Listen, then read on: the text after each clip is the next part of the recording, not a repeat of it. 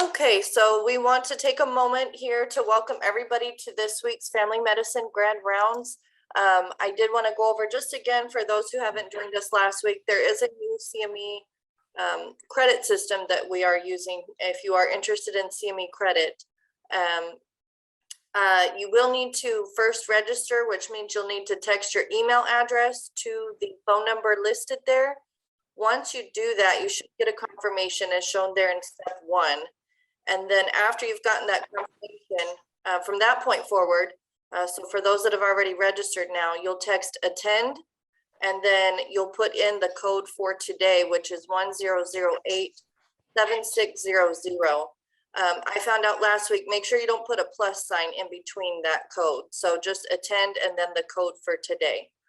So that is the new CME credit system. But if you do have issues, please feel free to reach out and contact me.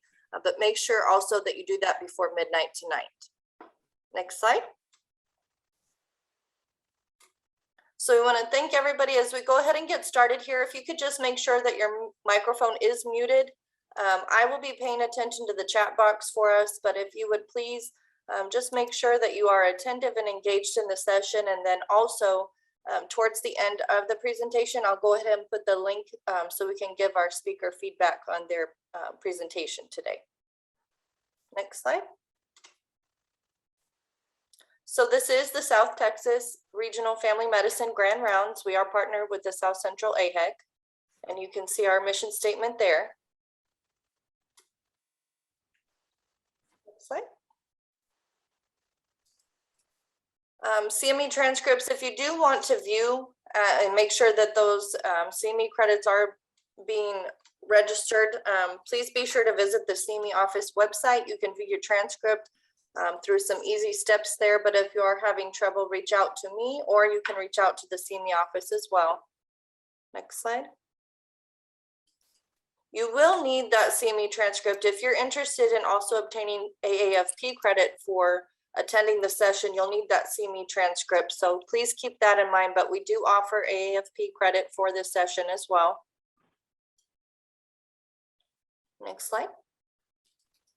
So we do also want to mention that it is the goal that all of our FCM Grand Rounds presentations address the following nationally established physician core competencies. So you can see those listed there for each of the organizations. Next slide. We also want to mention that Dr. Mario Hernandez and his preceptor, Dr. Miguel Palacios, have no relevant interest with commercial interest, financial interest, with commercial interest to disclose. So for today, Dr. Hernandez, who is a third-year medical resident, and he is precepted by Dr. Palacios, he's going to present to us on physical therapy versus glucocorticoid injection for osteoarthritis of the knee.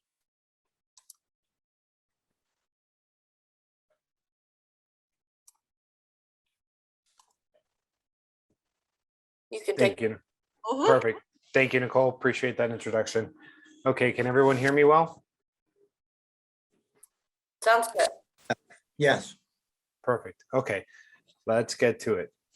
As Nicole was saying here, we're looking at an article that was published in the New England Journal of Medicine, Physical Therapy versus glucocorticoid steroid injection for osteoarthritis of the knee.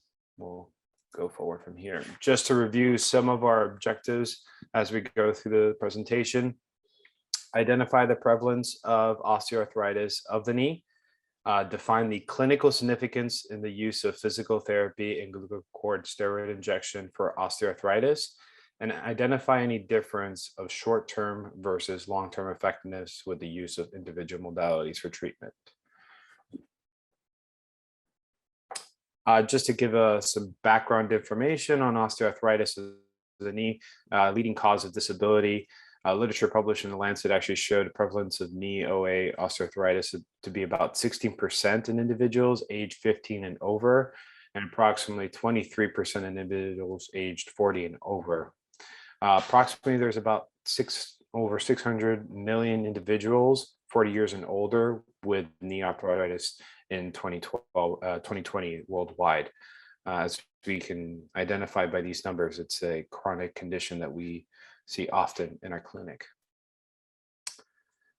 Giving some background information in addition to that, the glucocorticoid injection.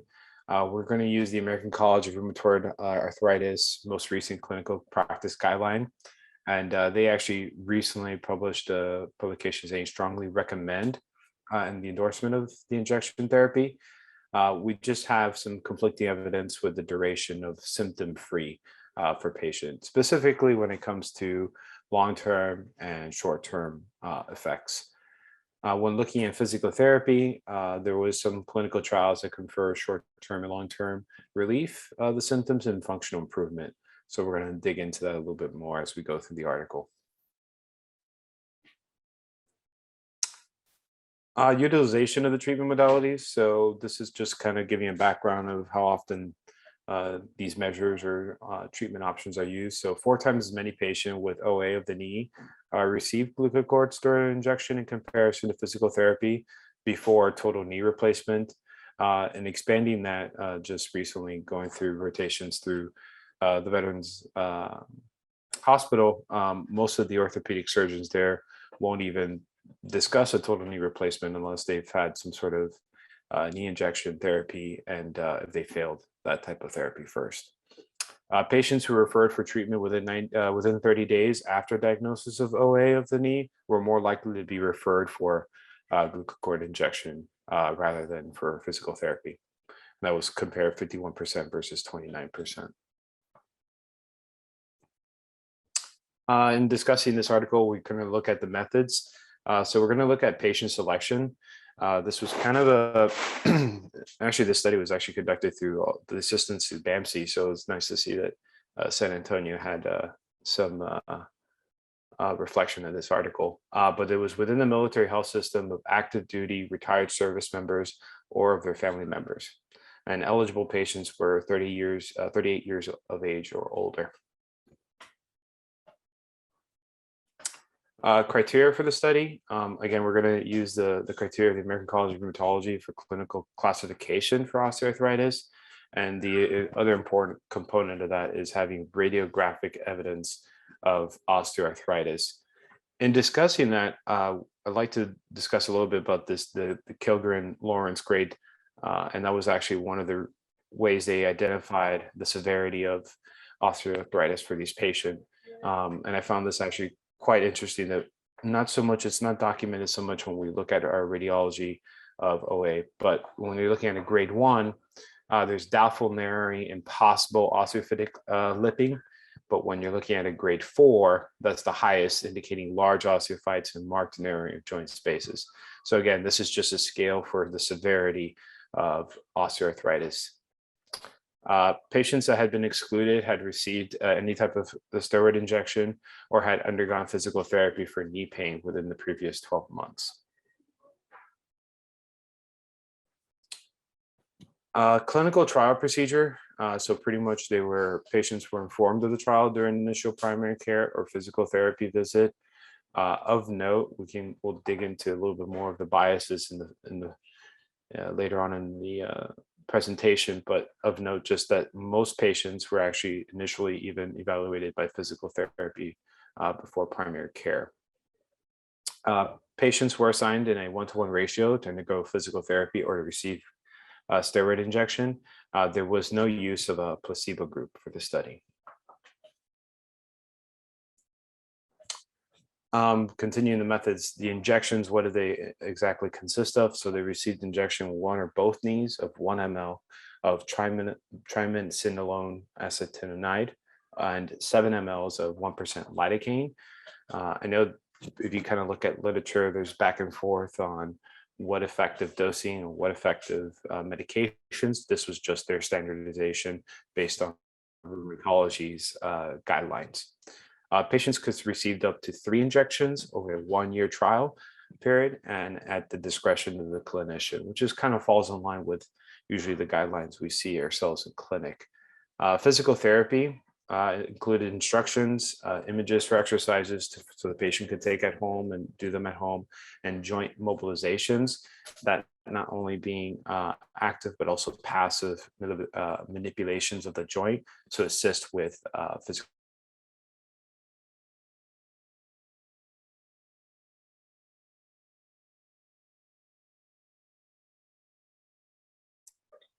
I'm not sure if I'm the only one, but I'm not hearing you at the moment, Dr. Hernandez. From patients or providers, they were assigned to and told this is the modality that you'll be given, but they weren't unable to. There wasn't a double-blind study for that reason. How is this the outcome and changes? How does this affect my current practice? So physical therapy, I think, as we've all come to this conclusion that it should be a gold standard for overall improvement. But injection therapy plays a significant role in transition of patients unable to do physical therapy with uncontrolled pain. It comes to mind our majority of our patients. We put a referral for physical therapy, but that referral doesn't happen. I've heard one of my patients recently told me about 3 or 4 months for an appointment for physical therapy. So in the meantime, of course, we can provide the patient with tools and exercises that they could do at home. But I do believe that acuity of pain, specifically for knee arthritis, there is resolution with an injection therapy that can provide them some coverage for their pain. And of course, as we've seen it, it's easier to get patients into our bone and joint clinic than to get them into physical therapy as soon as possible. And how to create action, we can implement this.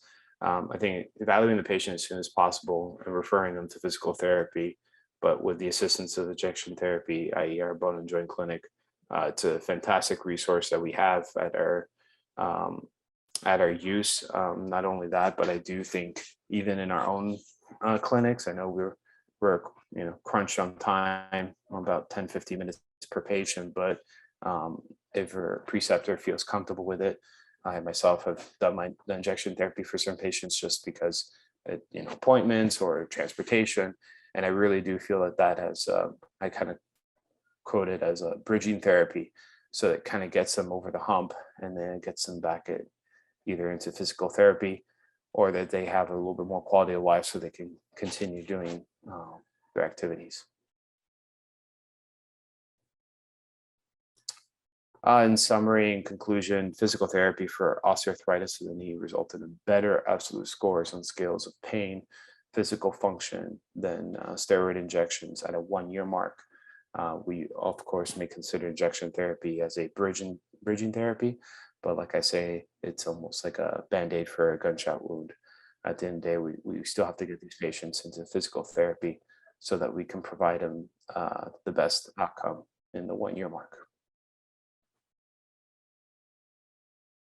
These are my references throughout the presentation. I went through that pretty quick, but I'd love to see if anyone has some questions, comments. I know there's some stuff in the chat, which I have not been able to open up. I will open up right now. I apologize.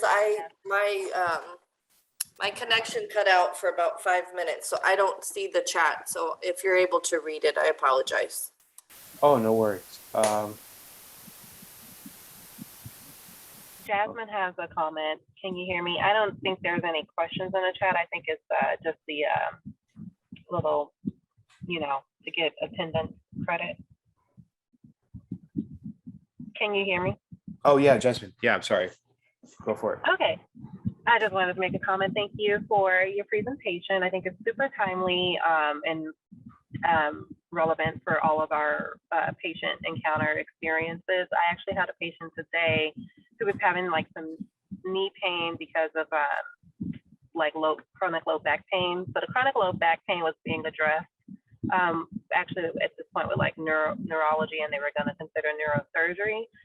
But the overcompensating with the left side caused this left knee to hurt. Therefore, we were like, okay, well, let's, give them some NSAIDs right now, but then do put them in the next available slot for bone and joint. Because one thing I thought with that is like he's being seen for physical therapy for something else. So their new patient visit that they have with him in a week or 2 from now, or I think it was actually going to be 3 weeks from now, might just be focused on that. Just like, we have our focus visits. So that's another reason why it's like helpful for us to kind of do, I like the term like bridging therapy, because maybe they'll be like, oh, well, we were told to focus on your back, not your knees. So it's like, well, if I can get him scheduled with on a joint quicker, then he'll have some relief. And maybe while they're working on his back exercises, he'll stop overcompensating with his knee. So it'll just be a synergistic like improvement. So anyway, I just wanted to kind of reiterate why it is helpful that we have that available. And the other point is with physical therapy, not only is it like sometimes not covered by our patients' insurance so they can't afford the appointments, but also if they have, a lot of our patients have transportation issues and might be late to their appointments. And in those clinics, you become a no-show when you're late. And the one that I saw today, I think it was like 5-6 months ago, was actually like discharged from their clinic after 2 no-shows. And so, the pain has been there since at least May. So it was just one of those things that kind of kept building and building. And so he seemed really excited and relieved to be able to like get a joint injection just to provide some sort of relief while we're trying to fix everything. So all I'm saying is that my patient today perfectly reflected everything you discussed. So thank you. Thank you, Jasmine. Appreciate that. And actually piggybacking off of that, I was kind of looking through some of my notes here. There's actually no clinical practice guidelines or clear guidelines with recommending use of both of these modalities. So one of the things I was going to propose that it's definitely an area of interest for research. I think that was kind of where the authors were going with the next possible study. Mario, this is Dr. K. I have a Yes, sir. couple of issues with the study. Number one is I think we always need to be a little bit hesitant when we have an unblinded study. Yes, sir. We know that the color of a placebo tablet affects how a patient assesses its effectiveness. So clearly, whether you get an injection or physical therapy, in the patient's mind is going to have an effect on how they perceive the results. So that's one issue. There's no blindedness here. Secondly, is these are not mutually exclusive therapies. And so it would have been helpful to have an arm of the therapy where they got both. So we can see, is there any advantage to combining them or not? Yes, sir. Those are couple of my concerns. No, and I wholeheartedly agree. One being, again, with the issue of not being a double-blind study. And then again, kind of that, it was funny how they were mentioning in the beginning of the article, most people are referred for injection therapy first. And actually, and I know you said how they had another part of the study of the arm could have been where they've had both modalities. Those patients, had they had both, they were actually excluded from the study. So I do find that interesting, and maybe that's an area of further research that they could. Mario, what was the dropout rate over time with these arms? Because remember, the big difference is like a year out. So if people are dropping out after a few months, and I understand they did intention to treat, but it's important to know if a lot of people are dropping out after a few months, then they may not be sticking with it long enough to see the 1-year benefit.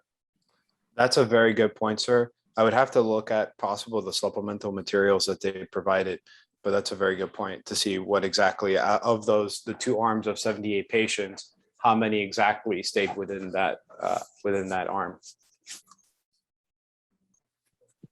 Hey, Mario, this is Palacios. Great discussion. One thing I wanted to bring up is that we all know that part of first-line treatment for osteoarthritis of the knee and the pain resulting from that is weight loss. And I know in the methods area, they discuss how, the mean BMI was around 31 or so. But I'm curious to know if that BMI changed at all as they neared the end of the study, because this information might be in the supplemental material. But if the physical therapy group also had a higher overall weight loss, that could also attribute to some of those scores. So just something to keep in mind. Oh, another issue related to that, and that's a great point, Dr. Palacios, is a mean BMI of 31. How close is that to our patient population? So in other words, patients with a much higher BMI, which I suspect our average population has, may not do as well with these treatments. I agree with both statements. And talking, answering Dr. Palacios' question, sir, they did not discuss about that, the progression of the BMI. I thought it was a very interesting point. Again, and it was kind of also when you're looking at the patient population, usually U.S. military health population, if they're active or military, they usually talk about either healthy women or men. But again, that average BMI, I would probably go with Dr. K, what he was saying, that it's probably skewed a little bit less than our average patient population. Mario, this is Dr. Hepburn. Yeah, that study showed that the average age was what, 50, and so probably they're military retirees more likely than not. So, and unfortunately, when our military retire, they usually gain about at least 10 or so pounds. But point take, it still is taken that maybe our BMI at the Robert Greene is higher than the military population in general. I do have a question for you. You commented that our orthopedic surgeons usually require glucocorticoid injections prior to the total knee replacements. Is that the case with our ortho department? Sir, I can't speak for specifically University Health's or UT's ortho department. At least for the VA department, usually most surgeons feel that if they've failed steroid injections and physical therapy, they want some sort of documentation of that before they go forward with a total knee replacement. Thank you. Of course. I just had a question for the group, I guess. And thank you, Dr. Hernandez, for this discussion and your presentation. Some patients that I've had definitely have really good buy-in and want to do physical therapy. Others want to do injections, but I've experienced a fair amount of hesitation for different reasons from patients for those treatment options, especially physical therapy, since it requires more physical activity. It can cause pain symptoms due to their arthritis during the therapy, and they just might have transportation trouble as well. Do any of y'all have any expertise or tips you would share on getting patients to buy into physical therapy more and kind of convincing them that it's worth the time and effort?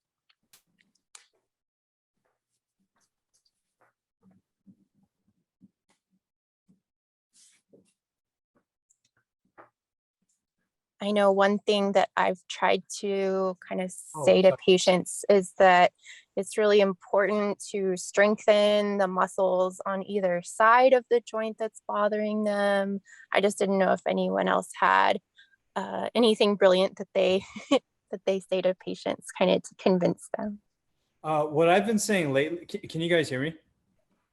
Yes. Oh, nice. So what I've been saying lately, and whether they take it or not is up to them, right? But I've been just trying to emphasize that, like, think of physical therapy not as like exercise, like working out, but like you said, it's strengthening. So think of it as a medication, actually.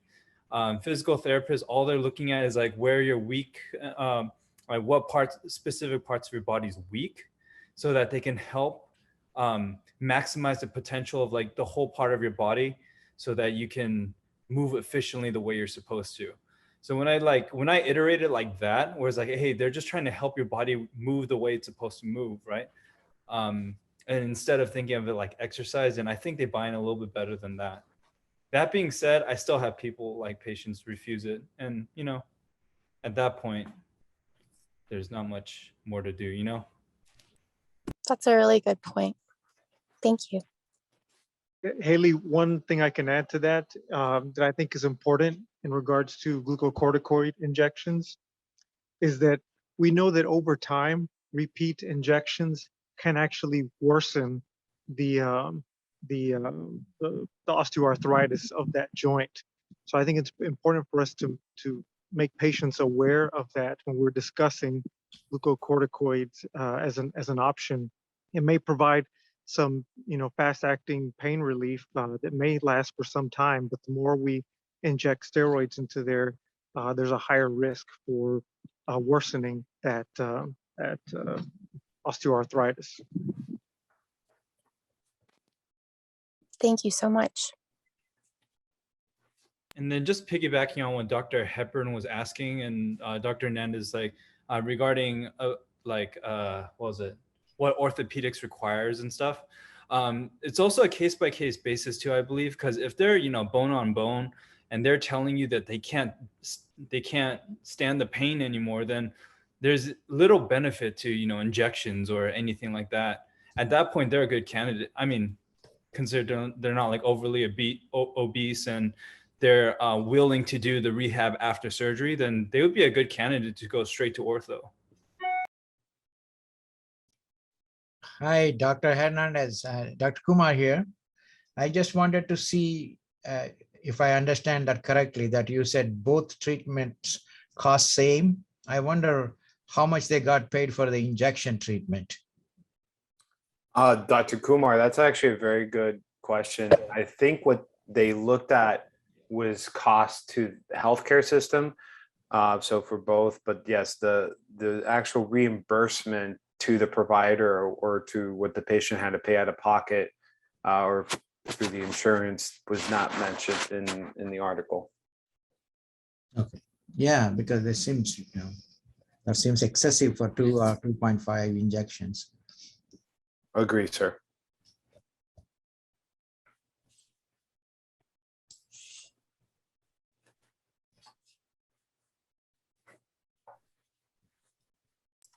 Do we have any other comments or questions?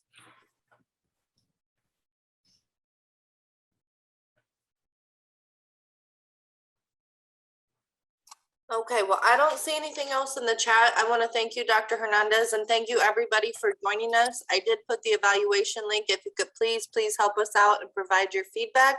And we hope to see you again. We don't have a grand rounds next week, but the week after. So I'll be sending the information out. Thank you, everybody. Thank you, everyone. Have a good one. Bye-bye. Bye.